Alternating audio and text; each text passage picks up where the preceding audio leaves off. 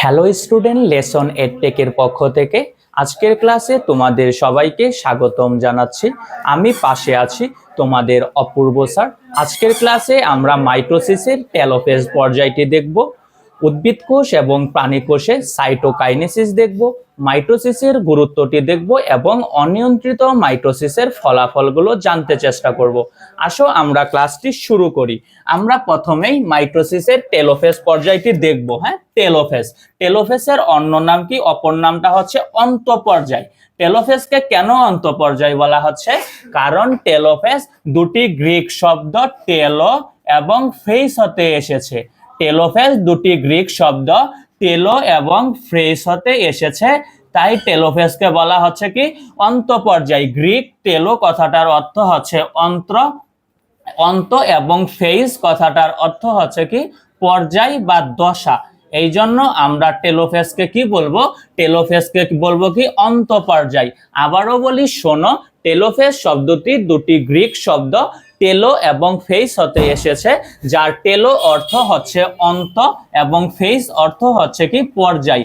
এজন্য টেলোফেজকে বলা হচ্ছে কি? অন্তঃপর্যায়। তুমি টেলোফেজের চিত্রটি একটু খেয়াল করে দেখো। গত ক্লাসে আমরা মাইটোসিসের অ্যানাফেজ পর্যায়টি দেখেছিলাম, তাই তো? দেখো, এই টেলোফেজ পর্যায়ের চিত্রটা একটু খেয়াল করে দেখো। এখানে কি দেখতে পাচ্ছ? দেখো, দুই মেরুতে দুইটা নিউক্লিয়াস দেখতে পাচ্ছ, তাই না? দেখো, এই একটা মেরু এবং এটা আরেকটা মেরু। দুই মেরুতে তুমি দুইটা নিউক্লিয়াস দেখতে পাচ্ছ, তাই না? এবং কি আছে? নিউক্লিয়াসে আবার কি আছে? নিউক্লিয়ার এনভেলপ আছে, তাই তো? তুমি কি দেখতে পাচ্ছ? দেখতে পাচ্ছ যে নিউক্লিয়ার এনভেলপ। ধরো, এটা একটি নিউক্লিয়াস, তাই তো? এই নিউক্লিয়াসের এই সার্কেলটা কি? এটা হচ্ছে নিউক্লিয়ার পর্দা বা নিউক্লিয়ার এনভেলপ, ঠিক আছে? এবং এগুলোকে আমরা কি বলবো? নিউক্লিয়াসের ভেতরে যে তন্তুগুলো আছে এইগুলোকে আমরা কি বলবো? বলবো হচ্ছে কি? ক্রোমোজোম। ওকে, দেখো, এই দুই মেরুতে দুইটা নিউক্লিয়াস যে তৈরি হয়েছে, দুই বিপরীত মেরুতে দুইটা অপত্য নিউক্লিয়াস তৈরি হয়েছে এবং বিষুবীয় অঞ্চল বরাবর কি হয়েছে? বিষুবীয় অঞ্চল বরাবর কোষ প্লেট তৈরি হয়েছে। একটু খেয়াল করে দেখো, এই বিষুবীয় অঞ্চল বরাবর, স্পিন্ডল যন্ত্রটার বিষুবীয় অঞ্চল বরাবর কোষ প্লেট দেখতে পাচ্ছ, তাই না? এবং এই স্পিন্ডল যন্ত্রটা দেখো, একটু স্পিন্ডল যন্ত্রটা কিন্তু লোপ পেয়ে যাচ্ছে, তাই না? এই স্পিন্ডল যন্ত্রটা লোপ পেয়ে যাচ্ছে। ওকে, দেখো, এই জন্য আমরা এটাকে কি বলবো? লুপ্তপ্রায় স্পিন্ডল যন্ত্র। ওকে, দেখো, এই ক্রোমোজোমের কি আছে? এই নিউক্লিয়াসের কেন্দ্রে কি আছে? নিউক্লিয়াসের কেন্দ্রে আছে কি? নিউক্লিওলাস। ওকে, নিউক্লিয়াসের কেন্দ্রে কি আছে? নিউক্লিয়াসের কেন্দ্রে আছে নিউক্লিওলাস। আবারও বলি, একটু চিত্রটা খেয়াল করে দেখো। তুমি কি দেখতে পাচ্ছ? দেখতে পাচ্ছ কি? দুইটা বিপরীত মেরুতে দুইটা অপত্য নিউক্লিয়াস দেখতে পাচ্ছ, তাই তো? এটা হচ্ছে কি? এটা হচ্ছে কি? Nuclear envelope. এই নিউক্লিয়াসের ভেতরে কি আছে? আছে হচ্ছে ক্রোমোজোম এবং বিষুবীয় অঞ্চল বরাবর আছে হচ্ছে কোষ প্লেট, ঠিক আছে? এবং কি আছে? স্পিন্ডল যন্ত্র যে আছে এটা লুপ্ত অবস্থায় আছে, মানে এটা লুপ পেয়ে যাচ্ছে। ওকে, এবং কি আছে? এবং আছে কি? নিউক্লিওলাস, ঠিক আছে? দেখো, আমরা টেলোফেজের বৈশিষ্ট্যগুলো এখন পড়তে চেষ্টা করব।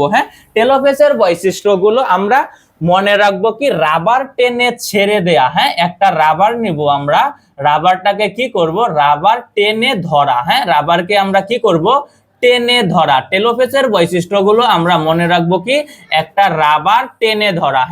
আমরা মাইটোসিসের যে প্রোফেজ দশাটি পড়েছিলাম, সেই প্রোফেজ দশাটির সম্পূর্ণ উল্টোটাই হচ্ছে কি? টেলোফেজ পর্যায়।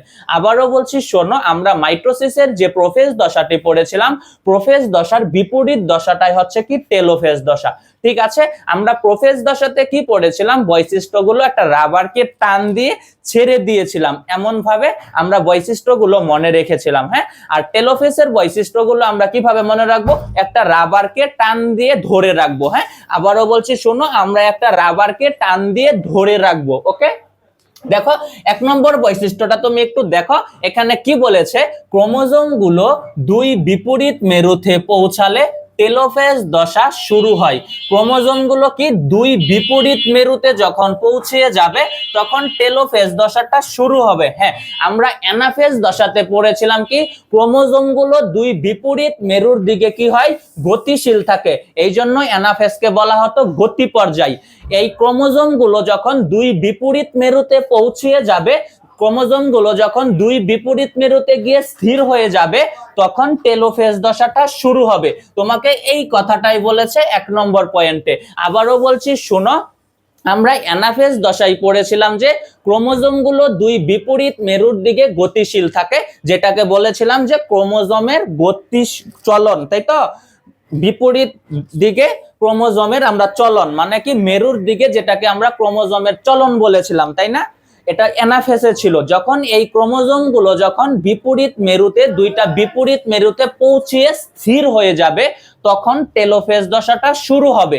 তোমাকে 1 নম্বর পয়েন্টে এই কথাটি বলেছে, ক্রোমোজোমগুলো দুই বিপরীত মেরুতে পৌঁছালে টেলোফেজ দশাটি শুরু হয়। ওকে, 2 নম্বর পয়েন্টটা দেখো কি বলেছে, ক্রোমোজোমগুলো লম্বা হয়, প্রসারিত হয়, সরু হয় এবং স্পষ্ট হয়। হ্যাঁ, আমরা বলেছি যে টেলোফেজের বৈশিষ্ট্যগুলো আমরা মনে রাখবো কি, একটা রাবারকে টান দিয়ে ধরে রাখবো। হ্যাঁ, এখানে আমাদের রাবারটাই হচ্ছে কি ক্রোমোজোম।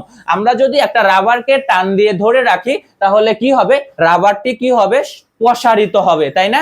রাবারটি কি হবে, দেখতে অস্পষ্ট দেখা যাবে, তাই তো? রাবারটি কি হয়ে যাবে, রাবারটি সংকুচিত, প্রসারিত হয়ে যাবে, সরু হয়ে যাবে। ঠিক আছে, আবারও বলি শোনো, একটা রাবারকে যদি আমরা টান দিয়ে ধরে রাখি তাহলে রাবারটা কি হবে, রাবারটা অবশ্যই লম্বা হবে, প্রসারিত হবে, কি হবে, সরু হবে এবং রাবারটি দেখতে স্পষ্ট দেখাবে। হ্যাঁ, এটা কিন্তু প্রোফেসের সম্পূর্ণ উল্টো বৈশিষ্ট্যটা। প্রোফেসে কি হয়েছিল, প্রোফেসে কিন্তু ক্রোমোজোমগুলো সংকুচিত হয়ে গিয়েছিল, খাটো হয়ে গিয়েছিল, মোটা হয়ে গিয়েছিল। কিন্তু টেলোফেসে ক্রোমোজোমগুলো কেমন হবে, ক্রোমোজোমগুলো হবে কি প্রসারিত হবে, তাই তো? ক্রোমোজোমগুলো লম্বা হবে, ঠিক আছে, দেখতে অস্পষ্ট দেখা যাবে।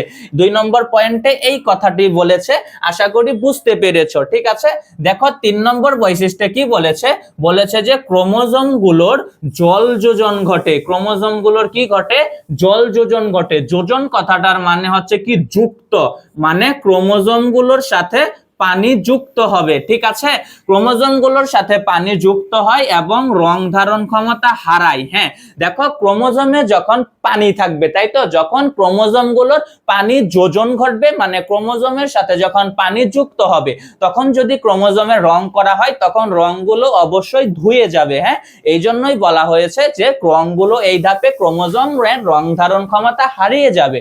কেন হারিয়ে যাবে, কারণ এই ধাপে ক্রোমোজোমগুলোর জল যোজন ঘটে, মানে ক্রোমোজোমগুলোর সাথে পানি যুক্ত হয়, এজন্য ক্রোমোজোমগুলোর রং ধারণ ক্ষমতা হারিয়ে যায়। হ্যাঁ, আশা করি বুঝতে পেরেছো। 4 নম্বর পয়েন্টে কি বলেছে, বলেছে যে স্পিন্ডল যন্ত্র বিলুপ্ত হয়ে যায়। স্পিন্ডল যন্ত্রের কি ঘটে, বিলুপ্তি ঘটে। হ্যাঁ, দেখো এই ধাপে স্পিন্ডল যন্ত্রটা বিলুপ্ত হয়ে যাচ্ছে। হ্যাঁ, এই জন্যই বলা হয়েছে কি টেলোফেজ দশায় কি হবে, টেলোফেজ দশায় স্পিন্ডল যন্ত্রটার বিলুপ্ত ঘটবে। ঠিক আছে, দেখো 5 নম্বর পয়েন্টে কি বলেছে, 5 নম্বর পয়েন্টে বলেছে যে নিউক্লিয়ার এনভেলপ ও নিউক্লিওলাস তৈরি হয়। কি বলেছে, নিউক্লিয়ার এনভেলপ মানে নিউক্লিয়ার পর্দা এবং নিউক্লিওলাস তৈরি হয়। আমরা মাইটোসিসের মেটাফেজ দশায় কিন্তু পড়েছিলাম যে নিউক্লিয়ার এনভেলপ এবং নিউক্লিওলাস সম্পূর্ণ বিলুপ্ত হয়ে যায়। এই টেলোফেজ দশায় এসে কি হয়েছে, এগুলো আবার নতুন করে তৈরি হচ্ছে। ঠিক আছে, দেখো নিউক্লিয়ার এনভেলপ ও নিউক্লিওলাস তৈরি হয়ে যায় টেলোফেজ দশায়। ঠিক আছে, আশা করি বুঝতে পেরেছ। 6 নম্বর পয়েন্টটা দেখো, দুই বিপরীত মেরুতে দুটি অপত্য নিউক্লিয়াস তৈরি হয়। চিত্রটা একটু খেয়াল করে দেখো যে দুই বিপরীত মেরুতে দুইটা অপত্য নিউক্লিয়াসের তৈরি হয়েছে। এটা একটা মেরু এবং এইটা একটা মেরু। স্পিন্ডল যন্ত্রের এইটা একটা মেরু এবং এইটা আরেকটা মেরু। এই দুই বিপরীত মেরুতে দুইটা নিউক্লিওলাস তৈরি হয়েছে। আমরা টেলোফেজ দশার বৈশিষ্ট্যগুলো কি কি পড়েছি, বলেছি যে টেলোফেজ দশার বৈশিষ্ট্যগুলো মনে রাখবো আমরা একটি রাবারকে টান দিয়ে ধরে রেখে। হ্যাঁ, আমরা যদি একটা রাবারকে টান দিয়ে ধরে রাখি তাহলে রাবারটা কি হয়ে যাবে, রাবারটা প্রসারিত হয়ে যাবে, লম্বা হয়ে যাবে, দেখতে অস্পষ্ট দেখাবে, তাই না? এবং কি হয়েছে যে এই ধাপে ক্রোমোজোমগুলোর জল যোজন ঘটে, মানে ক্রোমোজোমগুলোর সাথে পানি যুক্ত হয়। এই জন্য কি ঘটে, এই ধাপে ক্রোমোজোমগুলোর রং ধারণ ক্ষমতা হারিয়ে যায়। ওকে, এই ধাপে কি হয়, স্পিন্ডল যন্ত্র বিলুপ্ত হয়ে যায়, নিউক্লিওলাস ও নিউক্লিয়ার এনভেলপ তৈরি হয় এবং দুই বিপরীত মেরুতে দুটি অপত্য নিউক্লিয়াসের তৈরি হয়। আশা করি মাইটোসিসের টেলোফেজ পর্যায়টি তোমরা বুঝতে পেরেছো। ধন্যবাদ। আমরা উদ্ভিদ কোষে সাইটোকাইনেসিস দেখব। হ্যাঁ, টেলোফেজ দশার শেষের দিকে কি হয়, সাইটোকাইনেসিসটা শুরু হয়। বিভাজনরত কোষের সাইটোপ্লাজম দুভাবে বিভক্ত হয়ে যাওয়াকেই বলা হয় সাইটোকাইনেসিস। সাইটোকাইনেসিস আমরা আগেও পড়ে এসেছিলাম যে কোষের সাইটোপ্লাজমের যে বিভাজন ঘটে তাকে বলা হয় কি সাইটোকাইনেসিস। টেলোফেজ দশার শেষের দিকে কি হয়, বিভাজনরত কোষের সাইটোপ্লাজমের কি হয়, বিভাজন ঘটে। সাইটোপ্লাজমের কি হয়, দুভাবে বিভক্ত ঘটে যায়। এজন্যই আমরা বলতেছি কি এটাকে সাইটোকাইনেসিস। হ্যাঁ, আবারও বলি শোনো, টেলোফেজ পর্যায়ের শেষের দিকে কি হয়, সাইটোকাইনেসিসটা আরম্ভ হয়, মানে শুরু হয় এবং বিভাজনরত কোষ দুই ভাবে বিন্যস্ত হয়ে যায়। এটাকে আমরা বলবো কি সাইটোকাইনেসিস। হ্যাঁ, সাইটোপ্লাজমের বিভাজন ঘটবে এখানে। দেখো একটু চিত্রটা একটু খেয়াল করে দেখো। হ্যাঁ, এটা মনে করো একটা কোষ, এই কোষে কি আছে, এখানে কোষে কি হয়েছে, সাইটোপ্লাজমের বিভাজন হয়েছে। দেখো সাইটোপ্লাজমের বিভাজন ঘটেছে, তাই তো। এটা নিউক্লিয়াস এবং এটা হচ্ছে কি এন্ডোপ্লাজমিক রেটিকুলাম। এন্ডোপ্লাজমিক রেটিকুলাম কি একটা সাইটোপ্লাজমীয় একটা অঙ্গাণুর নাম হচ্ছে কি এন্ডোপ্লাজমিক রেটিকুলাম। ঠিক আছে, এই এন্ডোপ্লাজমিক রেটিকুলাম থেকে দেখো এটাকে কি বলবো, এটাকে বলবো আমরা এন্ডোপ্লাজমিক রেটিকুলাম। এই এন্ডোপ্লাজমিক রেটিকুলাম থেকে ফ্যাগমোপ্লাস্ট এবং ভেসিকল জাতীয় কিছু পদার্থ কোষের কি হবে, বিষুবীয় অঞ্চলে জমা হবে। হ্যাঁ, এন্ডোপ্লাজমিক রেটিকুলাম থেকে কি হবে, এই এন্ডোপ্লাজমিক রেটিকুলাম থেকে ফ্যাগমোপ্লাস্ট এবং ভেসিকল জাতীয় কিছু পদার্থ জমা হবে। কোথায় জমা হবে, এই বিষুবীয় অঞ্চলে জমা হবে। দেখো এই বড়গুলো হচ্ছে কি, এই বড়গুলো হচ্ছে কি ফ্যাগমোপ্লাস্ট এবং ছোটগুলো হচ্ছে কি ভেসিকল। এই এন্ডোপ্লাজমিক রেটিকুলাম থেকে ফ্যাগমোপ্লাস্ট এবং ভেসিকল এই বিষুবীয় অঞ্চলে জমা হবে। ঠিক আছে, এই বিষুবীয় অঞ্চলে জমা হয়ে কোষ প্লেট গঠন করবে। ঠিক আছে, উদ্ভিদ কোষে কোষ প্লেট কিভাবে গঠিত হয়, এন্ডোপ্লাজমিক রেটিকুলাম থেকে ফ্যাগমোপ্লাস্ট, এন্ডোপ্লাজমিক রেটিকুলাম থেকে কি ফ্যাগমোপ্লাস্ট এবং ভেসিকল, এন্ডোপ্লাজমিক রেটিকুলাম থেকে ফ্যাগমোপ্লাস্ট এবং ভেসিকল বিষুবীয় অঞ্চলে জমা হবে। ঠিক আছে, জমা হয়ে কি গঠন করবে, একটা কোষ প্লেট গঠন করবে। এটা কোথায় করবে, এটা হচ্ছে কি উদ্ভিদ কোষে করবে। ঠিক আছে, উদ্ভিদ কোষের একটা অনন্য বৈশিষ্ট্য হচ্ছে কি কোষ প্লেট গঠন। ঠিক আছে, এই কোষ প্লেটটা কিভাবে গঠন হবে, এন্ডোপ্লাজমিক রেটিকুলাম থেকে ফ্যাগমোপ্লাস্ট এবং ভেসিকল এই বিষুবীয় অঞ্চলে এসে জমা হবে। হ্যাঁ, এই যে এন্ডোপ্লাজমিক রেটিকুলাম থেকে ফ্যাগমোপ্লাস্ট এবং ভেসিকল বিষুবীয় অঞ্চলে জমা হয়েছে। দেখো জমা হওয়ার পরে কি দেখতে পাচ্ছ, একটা লেয়ার তৈরি হয়ে গিয়েছে না, এখানে একটা কোষের একটা প্লেট তৈরি হয়েছে। ঠিক আছে, এই জন্য এটাকে আমরা কি বলবো, কোষ প্লেট বলবো। ঠিক আছে, উদ্ভিদ কোষে সাইটোকাইনেসিস হওয়ার ফলে কি হয়, কোষ প্লেট গঠন হয়। দেখো 1 নম্বর পয়েন্টে এই কথাটি বলেছে, এন্ডোপ্লাজমিক রেটিকুলাম থেকে আসা ফ্যাগমোপ্লাস্ট এবং ভেসিকল বিষুবীয় অঞ্চলে জমা হয়ে কোষ প্লেট গঠন করে। ঠিক আছে, এন্ডোপ্লাজমিক রেটিকুলাম থেকে ফ্যাগমোপ্লাস্ট এবং ভেসিকল বিষুবীয় অঞ্চলে জমা হয়ে কোষ প্লেট গঠন করে। ঠিক আছে, দেখো 2 নম্বর পয়েন্টটা একটু দেখো, কোষ প্লেটের উপর সেলুলোজ, হেমিসেলুলোজ এবং প্যাকটিন, কি বলেছে, কোষ প্লেটের উপর সেলুলোজ, হেমিসেলুলোজ, প্যাকটিন জমা হয়ে কোষ প্রাচীর গঠন করে। সেলুলোজ, হেমিসেলুলোজ এবং প্যাকটিন জমা হয়ে কোষ প্রাচীর গঠন করে। সেলুলোজ, হেমিসেলুলোজ এবং প্যাকটিন কি, এরা হচ্ছে কোষ প্রাচীরের গাঠনিক উপাদান। মানে কোষ প্রাচীরগুলো যে উপাদান দিয়ে গঠিত হয় সেগুলো হচ্ছে কোষ প্রাচীরের গাঠনিক উপাদান। এগুলো হচ্ছে কি সেলুলোজ, হেমিসেলুলোজ এবং প্যাকটিন। এই বিষুবীয় অঞ্চলে কি হবে, এই বিষুবীয় অঞ্চলে সেলুলোজ, হেমিসেলুলোজ এবং প্যাকটিন এসেও জমা হবে। যখন জমা হবে তখন সেখানে একটা প্রাচীর গঠন করবে, সেটাকে বলবো আমরা কোষ প্রাচীর গঠন, বুঝছো? সেটাকে আমরা কি বলবো, বলবো যে কোষ প্রাচীর। তাহলে উদ্ভিদ কোষের আরেকটা বৈশিষ্ট্য হচ্ছে কি এখানে কোষ প্রাচীরও তৈরি হয়, ঠিক আছে? আমরা প্রথমে কি পড়েছি যে এন্ডোপ্লাজমিক রেটিকুলাম থেকে ফ্যাগমোপ্লাস্ট এবং ভেসিকল বিষুবীয় অঞ্চলে এসে জমা হয়ে কোষ প্লেট গঠন করে। এই কোষ প্লেটের উপর সেলুলোজ, হেমিসেলুলোজ এবং প্যাকটিন জমা হয়ে কোষ প্রাচীর গঠন করে। আশা করি বুঝতে পেরেছো। 3 নম্বর পয়েন্টটা দেখো, বলেছে কি লাইসোসোম জাতীয় কিছু ফ্যাগমোসোম। ভাই লাইসোসোম কি? লাইসোসোমও হচ্ছে একটা সাইটোপ্লাজমিক অঙ্গাণুর নাম। এই লাইসোসোম জাতীয় কিছু ফ্যাগমোসোম জমা হয়ে কোষঝিল্লি বা প্লাজমা লেমা গঠন করে। আবারও বলছি শোনো, এই বিষুবীয় অঞ্চলে কি হবে, লাইসোসোম জাতীয় কিছু ফ্যাগমোসোম এসেও জমা হবে। যখন এসে জমা হবে তখন কি গঠন করবে, তখন কোষঝিল্লি বা প্লাজমা লেমা গঠন করবে। হ্যাঁ, তাহলে উদ্ভিদ কোষের সাইটোকাইনেসিস হওয়ার ফলে কি হচ্ছে, উদ্ভিদ কোষের সাইটোকাইনেসিস ঘটার ফলে কি হচ্ছে, কোষ প্লেট তৈরি হচ্ছে, কোষ প্রাচীর গঠন হচ্ছে এবং কি কোষঝিল্লি গঠন হচ্ছে।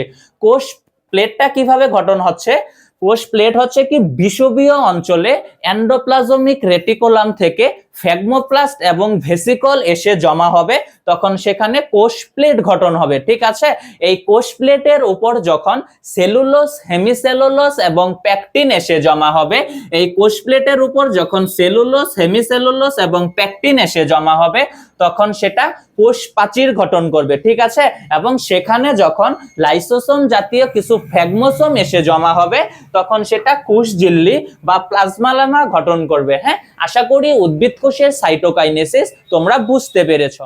এখন আমরা প্রাণী কোষের সাইটোকাইনেসিস দেখবো। হ্যাঁ, প্রাণী কোষের সাইটোকাইনেসিসে কি হবে দেখো, একটু চিত্রটা একটু খেয়াল করে দেখো। এটা একটা কোষ ছিল, তাই তো? একটা প্রাণী কোষ ছিল। এখানে কি হয়েছে, এখানে প্রাণী কোষের কোষঝিল্লিটি কি হয়েছে, ভেতরের দিকে ভাঁজ হয়ে গিয়েছে, তাই না? দেখো, এটা একটা প্রাণী কোষ ছিল, এখানে প্রাণী কোষটি ভেতরের দিকে ভাঁজ হয়ে একটা খাঁজের সৃষ্টি করেছে, তাই তো? দেখো, এই প্রাণী কোষের এই কোষঝিল্লিটি ভেতরের দিকে ভাঁজ হয়ে একটা কি করেছে, একটা খাঁজের সৃষ্টি করেছে, ঠিক আছে?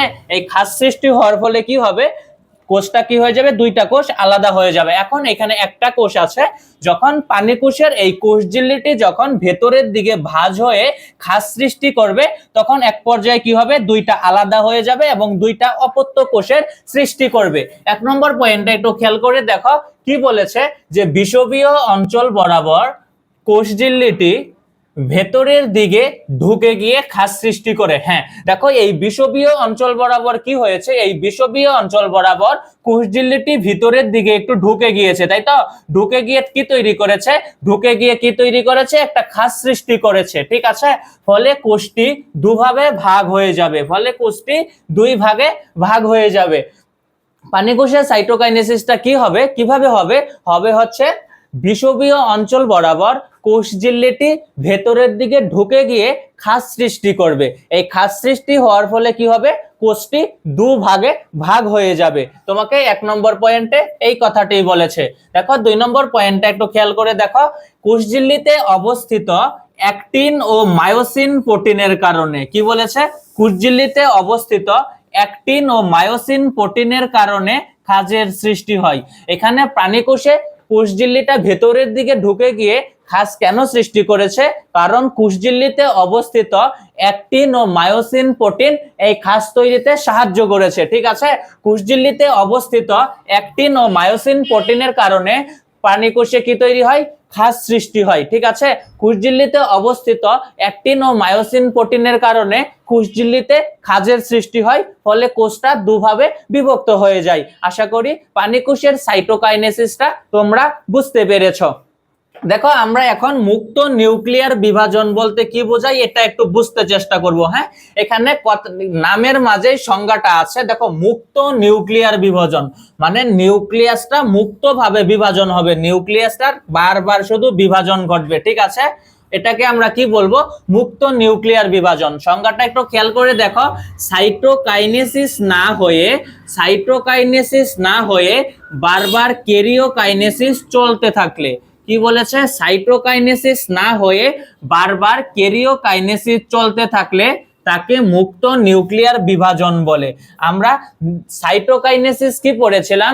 সাইটোকাইনেসিস পড়েছিলাম যে কোষের সাইটোপ্লাজমের বিভাজন, এবং ক্যারিওকাইনেসিস পড়েছিলাম কি কোষের নিউক্লিয়াসের বিভাজন। কিন্তু মুক্ত নিউক্লিয়াসের সংজ্ঞাটা কি হবে?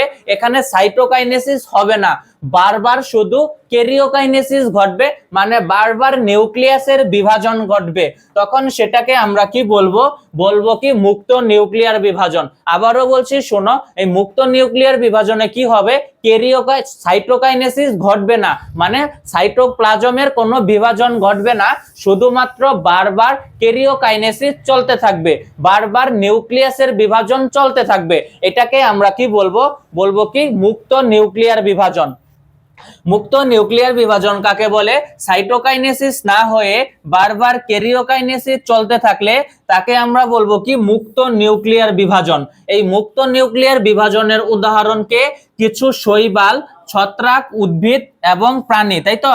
কিছু শৈবাল, ছত্রাক, উদ্ভিদ এবং প্রাণী হচ্ছে কি এই মুক্ত নিউক্লিয়ার বিভাজনের উদাহরণ। ওকে, মুক্ত নিউক্লিয়ার বিভাজনের উদাহরণ কি? কিছু শৈবাল, ছত্রাক, উদ্ভিদ এবং প্রাণীকোষ। এই উদ্ভিদের কি হচ্ছে? এই ডাবের পানি। উদ্ভিদ মানে কি? এই ডাবের পানিতে কি হয়?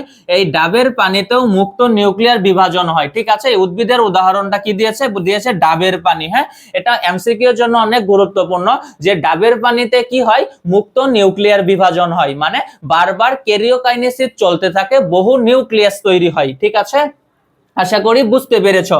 দেখো আমরা সিনোসাইটিক এবং প্লাজমোডিয়াম বলতে কি বুঝি একটু জানতে চেষ্টা করি। হ্যাঁ, যে উদ্ভিদ কোষে মুক্ত নিউক্লিয়ার বিভাজন হবে, যে উদ্ভিদ কোষে মুক্ত নিউক্লিয়ার বিভাজন হবে তাকে বলবো আমরা সিনোসাইটিক। ঠিক আছে, আবারও বলছি একটু শোনো, যে উদ্ভিদ কোষে মুক্ত নিউক্লিয়ার বিভাজনটা হবে, আমরা মুক্ত নিউক্লিয়ার বিভাজনটা কি পড়েছি? যে সাইটোকাইনেসিস না হয়ে বারবার ক্যারিওকাইনেসিস চলতে থাকবে, তাকেই আমরা মুক্ত নিউক্লিয়ার বিভাজন বলবো। তবে যে উদ্ভিদ কোষে এই মুক্ত নিউক্লিয়ার বিভাজনটা হবে তাকে আমরা সিনোসাইটিক বলবো। ঠিক আছে, এবং যে প্রাণী কোষে মুক্ত নিউক্লিয়ার বিভাজনটা হবে, যে প্রাণী কোষে মুক্ত নিউক্লিয়ার বিভাজনটা হবে তাকে আমরা প্লাজমোডিয়াম বলবো। কি বলবো আমরা? প্লাজমোডিয়াম বলবো। যে প্রাণী কোষে মুক্ত নিউক্লিয়ার বিভাজনটা হবে তাকে আমরা প্লাজমোডিয়াম বলবো। ঠিক আছে, দেখো এই প্রাণীতে কি আছে? প্রা আছে, তাই না? তো আর এইখানে দেখো প্লাজমোডিয়ামও প্লা আছে, তাই না? তুমি এখান থেকে মনে রাখতে পারো, হ্যাঁ, পানির পা এবং কি প্লাজমোডিয়াম। ঠিক আছে, নামটা একটু মিল আছে, এভাবে তুমি মনে রাখতে পারো যে প্রাণী কোষে যদি মুক্ত নিউক্লিয়ার বিভাজন হয় তাকে আমরা বলবো প্লাজমোডিয়াম, আর যদি উদ্ভিদ কোষে মুক্ত নিউক্লিয়ার বিভাজন হয় তাকে আমরা বলবো সিনোসাইটিক। আশা করি বুঝতে পেরেছো। আমরা এখন মাইটোসিসের গুরুত্বগুলো দেখব। ঠিক আছে, মাইটোসিসের গুরুত্বগুলো হচ্ছে কি? এক নম্বর পয়েন্টটা হচ্ছে কি দেহের গঠন ও দৈহিক বৃদ্ধি। মাইটোসিস প্রক্রিয়ায় কি হয়? দেহের গঠন ও দৈহিক বৃদ্ধি হয়। তো এইভাবে দিলে এইভাবে পয়েন্টগুলো ধাপে ধাপে মনে রাখতে হবে। ঠিক আছে, তবে এইগুলো পয়েন্টগুলোর কি ব্যাখ্যা দিতে হবে, তাহলে তোমাকে পূর্ণাঙ্গ নাম্বার দিবে। ঠিক আছে, তুমি আমার কথা শুনেও ব্যাখ্যাগুলো নোট করতে পারো, কিংবা বই থেকে, টেক্সট বই থেকে নোটগুলো একটু দেখে নিতে পারো। ওকে, দেখো এক নম্বরে কি বলেছে? দেহের গঠন ও দৈহিক বৃদ্ধি। আমরা কি জানি?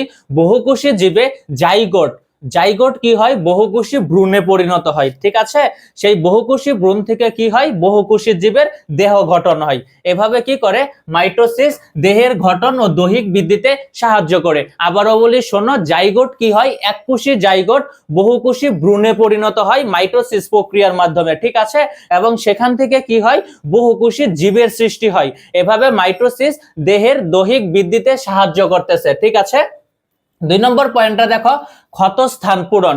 মাইটোসিস কি করে? ক্ষতস্থান পূরণ করে। কিভাবে করে?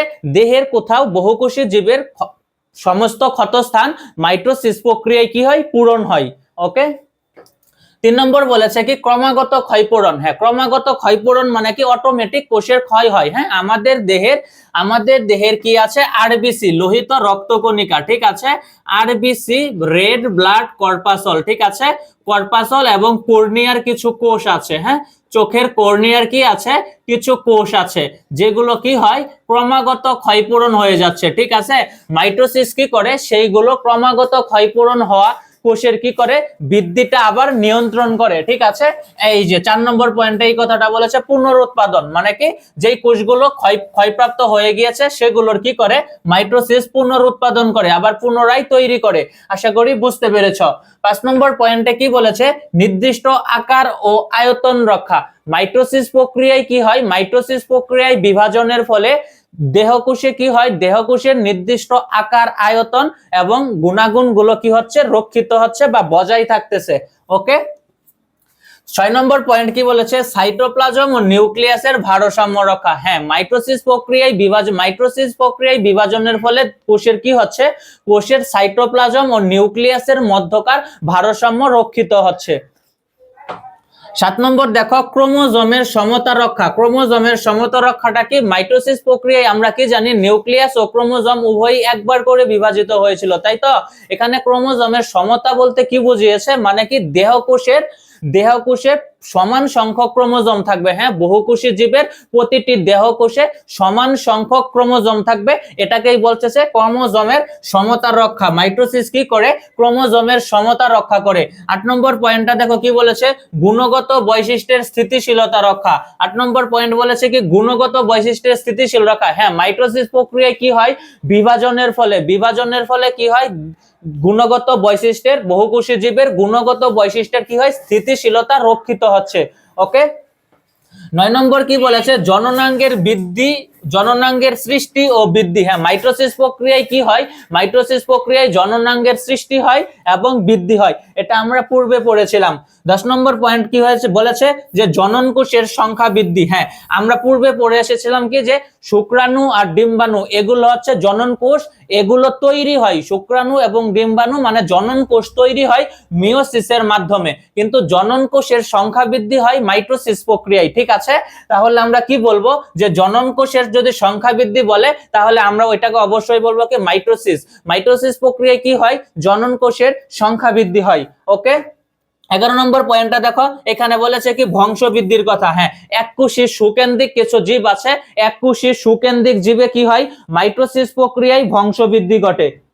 ওকে, এককোষী সুকেন্দ্রিক জীবে মাইটোসিস প্রক্রিয়ায় কি হয়, বংশবৃদ্ধি ঘটে, মানে ইউক্যারিওটিক কোষগুলোতে এককোষী। ঠিক আছে, এককোষী সুকেন্দ্রিক জীবে কি হয়, মাইটোসিস প্রক্রিয়ায় কি হয়, মাইটোসিস প্রক্রিয়ায় বংশবৃদ্ধি ঘটে। ঠিক আছে, এটাকে উদাহরণকে স্যার ক্ল্যামাইডোমোনাস শৈবাল। ঠিক আছে, ক্ল্যামাইডোমোনাস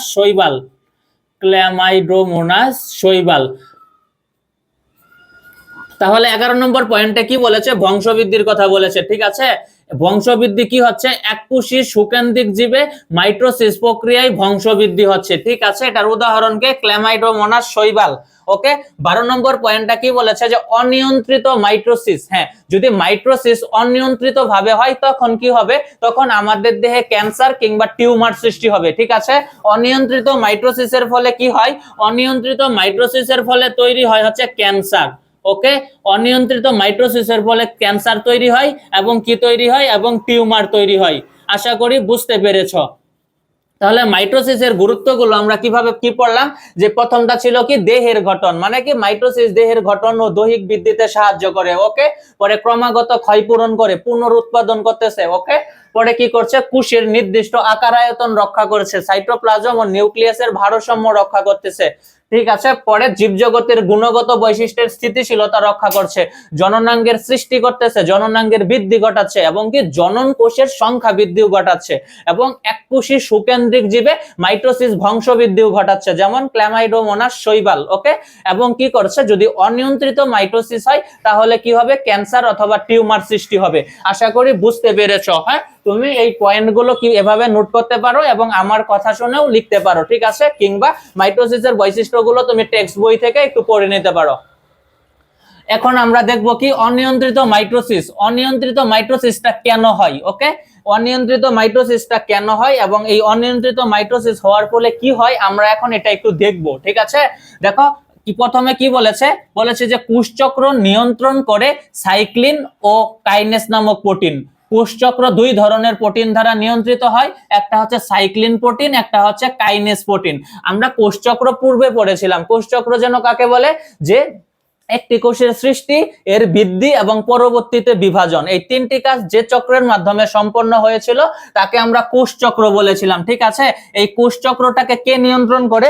এই কোষ চক্রটাকে নিয়ন্ত্রণ করে সাইক্লিন ও কাইনেস নামক দুই ধরনের প্রোটিন। ওকে, দেখো একটি কোষকে বিভাজন হতে বাধা দেয় ফসফরাস 53 প্রোটিন। এই ইনফরমেশন গুলো মনে রাখতে হবে। ঠিক আছে, এমসিকিউ আসবে কিংবা অনিয়ন্ত্রিত মাইটোসিসের ব্যাখ্যা আসতে পারে। দেখো কি বলেছে, একটি কোষকে বিভাজন হতে বাধা দেয় কে? Phosphorus 53 protein. একটা কোষকে বিভাজন হতে বাধা দেয় কে? Phosphorus 53 protein. আশা করি বুঝতে পেরেছো। দেখো 3 নম্বর পয়েন্ট কি বলেছে, দেহে অর্ধেক ফসফরাস 53 প্রোটিন ডিফেক্টিভ অবস্থায় থাকে। ঠিক আছে, দেহে অর্ধেক ফসফরাস 53 প্রোটিন ডিফেক্টিভ অবস্থায় থাকে, মানে নষ্ট অবস্থায় থাকে। ওকে, 4 নম্বর পয়েন্ট বলেছে কি, ফসফরাস 53 প্রোটিন অকেজো হয়ে গেলে, হ্যাঁ ফসফরাস 53 প্রোটিন অকেজো হয়ে গেলে কি হবে? কোষচক্র নিয়ন্ত্রণ হারিয়ে ফেলবে, আর কোষচক্র নিয়ন্ত্রণ হারালেই কি হবে? ক্যান্সার টিউমার সৃষ্টি হবে। ঠিক আছে, দেখো কি হচ্ছে যে ফসফরাস 53 প্রোটিনটা কি করেছে, যদি এটা অকেজো হয়ে যায় মানে নষ্ট হয়ে যায়, তখন কি হবে? এটা তখন কোষচক্রটা নিয়ন্ত্রণ হারিয়ে ফেলবে, আর কোষচক্র যখন নিয়ন্ত্রণ হারিয়ে ফেলবে তখন কি হবে? ক্যান্সার টিউমার ইত্যাদি সৃষ্টি হবে। আশা করি বুঝতে পেরেছ। দেখো 5 নম্বর পয়েন্ট কি বলেছে, কোষচক্র বিনষ্টকারী জিন, মানে কোষচক্রকে নষ্ট করে দেয় বিনষ্টকারী জিনটার নাম কি স্যার? অনকোজিন। 6 নম্বর পয়েন্ট কি, টিউমার সৃষ্টি হওয়াকে বলা হয় অনকোজেনেসিস। এই পয়েন্টগুলো মনে রাখতে হবে, খুবই গুরুত্বপূর্ণ। ঠিক আছে, টিউমার সৃষ্টি হওয়াকে কি বলা হয়? অনকোজেনেসিস। এবং টিউমার সারা দেহে ছড়িয়ে পড়াকে বলা হয় মেটাস্টেসিস। ঠিক আছে স্যার, টিউমার সারা দেহে ছড়িয়ে পড়লে তাকে আমরা কি বলবো? তাকে বলবো আমরা মেটাস্টেসিস। ঠিক আছে, আর টিউমার সৃষ্টি হওয়াকে কি বলবো? অনকোজেনেসিস। কিন্তু টিউমার যদি সারা দেহে ছড়িয়ে যায় আমরা বলবো মেটাস্টেসিস। ওকে, 8 নম্বর পয়েন্টটা খেয়াল করেন কি বলেছে, ক্যান্সার সৃষ্টিকারী রাসায়নিক পদার্থকে বলা হয় মিউটাজিন। ঠিক আছে, ক্যান্সার সৃষ্টিকারী যে রাসায়নিক পদার্থগুলো হচ্ছে সেগুলো হচ্ছে কি? মিউটাজিন। এই মিউটাজিনের কারণে কি হয়? ক্যান্সার সৃষ্টি হয়। এই মিউটাজিন কি? রাসায়নিক এক ধরনের পদার্থ। ঠিক আছে, 9 নম্বর পয়েন্টটা দেখেন। 9 নম্বর পয়েন্টে কি বলেছে, এই মিউটাজেনিক পদার্থগুলো কার্সিনোজেনিক পদার্থ, মানে কি? বিষাক্ত পদার্থ। ঠিক আছে, এই মিউটাজেনিক পদার্থগুলো কি? কার্সিনোজেনিক পদার্থ, মানে এইগুলোর জন্য কি হয়? ক্যান্সার সৃষ্টি হয়। ওকে, 10 নম্বর পয়েন্টটা খেয়াল করেন কি বলেছে, সাইক্লিন সিডিকে এর নিয়ন্ত্রণ বিনষ্ট করে দিবে। হ্যাঁ, কোষচক্র মানে কি? সাইক্লিন সিডিকে কি? Cyclin dependent kinase. ঠিক আছে, এটা কি করে? সাইক্লিন সিডিকে এর নিয়ন্ত্রণটা নষ্ট করে দিবে কে? ক্যান্সার কোষ কি করবে? কোষচক্রটাকে কি নিয়ন্ত্রণ হয়ে হারিয়ে ফেললে যে ক্যান্সারের সৃষ্টি হয়, এখানে কি করে? সাইক্লিন সিডিকে এর নিয়ন্ত্রণ বিনষ্ট করে দিবে কে? ক্যান্সার কোষ। আশা করি বুঝতে পেরেছেন। 11 নম্বর পয়েন্টে কি বলেছে, প্যাপিলোমা ভাইরাসের কি? B6 ও B7 জিন দুটি ক্যান্সার সৃষ্টি করে। এটা মনে রাখতে হবে। হ্যাঁ, প্যাপিলোমা ভাইরাসের কি? B6 ও B7 নামক দুইটি জিন কি করে? ক্যান্সার সৃষ্টি করে। তাহলে অনিয়ন্ত্রিত মাইটোসিস থেকে আমরা কি পড়েছি যে কোষচক্র নিয়ন্ত্রণ করে সাইক্লিন ও কাইনেস নামক প্রোটিন।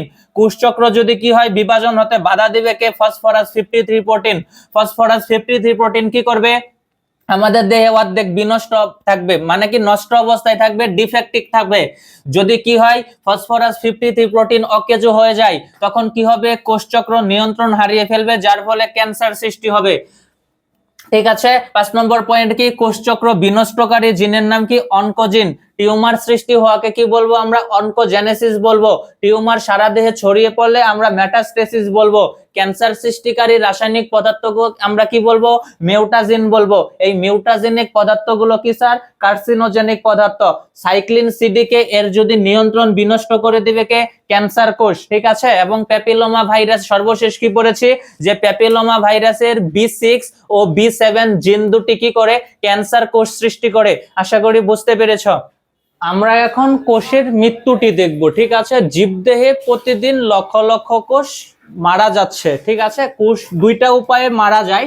একটা হচ্ছে কি নেক্রোসিস, আর একটা উপায় হচ্ছে কি অ্যাপোপ্টোসিস। হ্যাঁ, কোষের মৃত্যু ঘটে দুইটি উপায়ে, মনে রাখতে হবে। ওকে, কোষের মৃত্যু ঘটে কয়টি উপায়ে? দুইটি উপায়ে। এক নম্বর কি? নেক্রোসিস। নেক্রোসিস কাকে বলে? পুষ্টির অভাবে অথবা বিষাক্ত পদার্থের প্রভাবে। পুষ্টির অভাবে অথবা বিষাক্ত পদার্থের প্রভাবে কি হয়? কোষের মৃত্যু হয়। পুষ্টির অভাবে যদি কোষের মৃত্যু হয় কিংবা বিষাক্ত পদার্থের প্রভাবে যদি কোষের মৃত্যু হয় তাকে বলবো আমরা কি? নেক্রোসিস। আশা করি বুঝতে পেরেছ। অ্যাপোপ্টোসিস। অ্যাপোপ্টোসিস কাকে বলে? কোষের জেনেটিক্যালি নিয়ন্ত্রিত মৃত্যু। মানে কি? কোষ যদি জেনেটিক কারণে মারা যায় তাহলে সেটাকে আমরা কি বলবো? অ্যাপোপ্টোসিস বলবো। অ্যাপোপ্টোসিস কাকে বলা হয়? কোষের জেনেটিক্যালি নিয়ন্ত্রিত মৃত্যু। আর নেক্রোসিস কাকে বলবো? যে পুষ্টির অভাবে অথবা কোনো বিষাক্ত পদার্থের প্রভাবে যদি কোষের মৃত্যু হয় তাহলে আমরা সেটাকে নেক্রোসিস বলবো। দেখো অ্যাপোপ্টোসিসের উদাহরণ কি কোনগুলো? অ্যাপোপ্টোসিসের উদাহরণগুলো হচ্ছে কি? রক্তকোষ, রক্তকোষ এপিথেলিয়াম লাইনিং, এটা বলবো রক্তকোষ এপিথেলিয়াম লাইনিং এবং ভ্রূণাবস্থায় হাতের পাঁচটি আঙ্গুল যে টিস্যু দিয়ে যুক্ত থাকে সেগুলো হচ্ছে কি? অ্যাপোপ্টোসিস। দেখো রক্তকোষ আর এপিথেলিয়াম, রক্তকোষ তো চিনো তাই না? এপিথেলিয়াম লাইনিং হচ্ছে কি? আমাদের অন্ত্রের কোষগুলো, ঠিক আছে? আমাদের অন্ত্রে যে কোষ আছে সেগুলো হচ্ছে এপিথেলিয়াম লাইনিং, মানে অন্ত্রের কোষগুলো, ক্ষুদ্রান্ত বৃহদন্ত এখানে যে থাকে কোষগুলো এইগুলো, কিংবা রক্তকোষ, এরা কি হয়? জেনেটিক কারণে প্রতিদিন মারা যাচ্ছে। কেন মারা যাচ্ছে? কারণ আমাদের রক্তকোষকে এবং অন্ত্রের এপিথেলিয়াম লাইনিংকে কি করতে হয়? প্রতিদিন বিষাক্ত পদার্থের সম্মুখীন হতে হয়। এগুলোর জন্য কি হয়? এই কোষগুলো মারা যাচ্ছে আবার তৈরি হচ্ছে, ঠিক আছে? কি হচ্ছে? যে রক্তকোষ কিংবা এপিথেলিয়াম লাইনিং এই কোষগুলো কি হচ্ছে? প্রতিদিন এদেরকে বিষাক্ত বা টক্সিক পদার্থের সম্মুখীন হতে হচ্ছে, ঠিক আছে? আমাদের রক্তের মাধ্যমে তো শরীরে জীবাণুটা যাচ্ছে বা এক জায়গা থেকে আরেক জায়গায় যাচ্ছে। আবার কি স্যার? ক্ষুদ্রান্ত ও বৃহদন্ত, ওখানে কি হচ্ছে? খাবারটা পরিপাক হচ্ছে, পাকস্থলীতে খাবারটা পরিপাক হয়ে ক্ষুদ্রান্ত বৃহদন্তের দিকে যাচ্ছে, তাই তো? এই ক্ষেত্রে কি হয় স্যার? এই অ্যাপোপ্টোসিসের উদাহরণে ছিলাম, তাই না? অ্যাপোপ্টোসিস কি? অ্যাপোপ্টোসিসের উদাহরণ কি?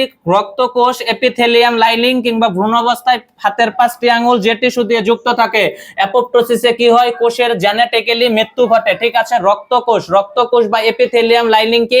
আমাদের অন্ত্রের কোষগুলো, ঠিক আছে? এগুলো প্রতিদিন কি হয়? এগুলোকে প্রতিদিন বিষাক্ত পদার্থের, টক্সিক পদার্থের সম্মুখীন হতে হয়, তাই এগুলো প্রতিনিয়ত মারা যায় এবং আবার অটোমেটিক তৈরি হয়, ঠিক আছে? এবং বলেছে কি? ভ্রূণাবস্থায় হাতের পাঁচটি আঙ্গুল যে টিস্যু দিয়ে যুক্ত থাকে। হ্যাঁ, আমরা যখন ভ্রূণাবস্থায় ছিলাম তখন কি হয়েছিল? হাতের যে পাঁচটি আঙ্গুল আছে এগুলো কি থাকে? একটা টিস্যু দিয়ে যুক্ত থাকে, ঠিক আছে? পরে কি হয়? এটা এক সময় কি হয়? অটোমেটিক্যালি কি হয়? আবার কি হয়? টিস্যুটা সরে যায়, তখন আমাদের হাতের পাঁচটা আঙ্গুল আলাদা হয়ে যায়। বুঝতে পেরেছ? আগে হাতের পাঁচটা আঙ্গুল ভ্রূণাবস্থায় কি থাকে? একত্রে থাকে। হাঁস আছে না? হাঁসের পাগুলো খেয়াল করে দেখিও, ওখানেও কি হয়? যে আঙ্গুলগুলো একটা পর্দা দিয়ে বা টিস্যু দিয়ে লাগানো থাকে। ভ্রূণাবস্থায় কি ছিলাম? আমাদের হাতের আঙ্গুলগুলো হাঁসের পায়ের মতো ছিল। পরে কি হয়েছে? এইগুলো কি হয়েছে? আবার অটোমেটিক্যালি টিস্যুগুলো কি হয়েছে? নষ্ট হয়ে গিয়েছে। পরে কি? হাতের আঙ্গুলগুলো কি হয়েছে? এক একটা আলাদা হয়েছে। ওকে, আশা করি বুঝতে পেরেছ। এটা কি হবে? এটা হবে অ্যাপোপ্টোসিসের উদাহরণ। দেখো একটি কোষ, নিচের পয়েন্ট খেয়াল করো, একটি কোষ যত বেশি দিন বাঁচে ক্যান্সার সৃষ্টি হওয়ার সম্ভাবনা তত বৃদ্ধি পায়। হ্যাঁ, একটা কোষ যত বেশি দিন বাঁচবে ক্যান্সার সৃষ্টি হওয়ার সম্ভাবনাটাও কি হবে? তত বেশি বৃদ্ধি পাবে। আশা করি বুঝতে পেরেছ। দেখো পরের পয়েন্টটা খেয়াল করো, ক্যান্সার কোষগুলো কি করে? নিজেই গ্রোথ ফ্যাক্টর তৈরি করে। ক্যান্সার কোষগুলো নিজেই গ্রোথ ফ্যাক্টর মানে বৃদ্ধি ফ্যাক্টর তৈরি করে, ঠিক আছে? একটা কোষ যত বেশি দিন বাঁচবে কোষের ক্যান্সার সৃষ্টি হওয়ার মানে কোষটা মারা যাওয়ার সম্ভাবনাও তত বেশি বৃদ্ধি পাবে। এবং ক্যান্সার কোষগুলো কি করবে? নিজের গ্রোথ ফ্যাক্টর বা বৃদ্ধি ফ্যাক্টর তৈরি করবে, ঠিক আছে? খেয়াল করো, আমরা এবার কি পড়ব? আমরা মাইটোটিক ইনডেক্স বা এমআইটা দেখবো। হ্যাঁ, মাইটোটিক ইনডেক্স কাকে বলে? মাইটোটিক ইনডেক্স হচ্ছে কি? কোন টিস্যুর মোট কোষ সংখ্যা, ঠিক আছে? কোন টিস্যুর মোট কোষ সংখ্যা এবং মাইটোসিসরত কোষ সংখ্যার অনুপাত, ঠিক আছে? কোন টিস্যুর মোট কোষ সংখ্যা এবং মাইটোসিসরত কোষ সংখ্যার অনুপাতকে বলা হয় মাইটোটিক ইনডেক্স বা এমআই। এটা কিসের জন্য প্রয়োজন হয় বলবো। হ্যাঁ, দেখো মাইটোটিক ইনডেক্স আরেকটু খেয়াল করে দেখো, মাইটোটিক ইনডেক্স কাকে বলে? মোট কোষ সংখ্যা ও মাইটোসিসরত কোষ সংখ্যার অনুপাত, ঠিক আছে? মাইটোসিসরত কোষ সংখ্যা ও মোট কোষ সংখ্যা এগুলোর অনুপাতকে কি বলবো আমরা? এমআই বলবো। এমআই কি? Mitotic index. মাইটোটিক ইনডেক্স কাকে বলছে? কোন টিস্যুতে মোট কোষ সংখ্যা এবং মাইটোসিসরত কোষ সংখ্যার অনুপাত। ঠিক আছে, এটা কিসের জন্য করা হচ্ছে? দেখো, এমআই এর মান থেকে ক্যান্সার শনাক্ত করা হয়। ঠিক আছে, এমআই এর মান থেকে মানে মাইটোটিক ইনডেক্সের মান থেকে ক্যান্সার শনাক্ত করা হয় এবং উচ্চ মাইটোটিক ইনডেক্সের মান কি নির্দেশ করে? বর্ধনশীল টিউমার নির্দেশ করে, মানে টিউমারটা বাড়ন্ত অবস্থায় আছে। ঠিক আছে, এই মাইটোটিক ইনডেক্সের মান থেকে কি হয়? ডক্টরগণ বুঝতে পারে যে টিউমারটা এখন কোন অবস্থায় আছে, টিউমারটা কি বৃদ্ধি পাচ্ছে কিংবা এর পরবর্তী কি ট্রিটমেন্ট দেওয়া যাবে। ঠিক আছে, এইগুলো ডক্টরগণ কোন পরীক্ষা দ্বারা বুঝতে পারে? মাইটোটিক ইনডেক্স দ্বারা বুঝতে পারে। হ্যাঁ, মাইটোটিক ইনডেক্স কাকে বলে স্যার? মাইটোটিক ইনডেক্স হচ্ছে টিস্যুতে মোট কোষ সংখ্যা ও মাইটোসিসরত কোষ সংখ্যার অনুপাত। টিস্যুতে মোট কোষ সংখ্যা এবং মাইটোসিসরত কোষ সংখ্যার অনুপাতকে বলা হয় মাইটোটিক ইনডেক্স। এই মাইটোটিক ইনডেক্স দ্বারা কি করা হয়? ক্যান্সার শনাক্ত করা হয় কিংবা টিউমার শনাক্ত করা হয়। টিউমারটা কি বাড়ন্ত আছে, এটার জন্য এখন কি ট্রিটমেন্ট প্রয়োজন? ডক্টরগণ এই মাইটোটিক ইনডেক্স বা এমআই এর মান থেকে এটা বুঝতে পারে। ঠিক আছে, আশা করি আজকের ক্লাসটি বুঝতে পেরেছো তোমরা। হ্যাঁ, আজকের ক্লাসটি এ পর্যন্তই। ধন্যবাদ।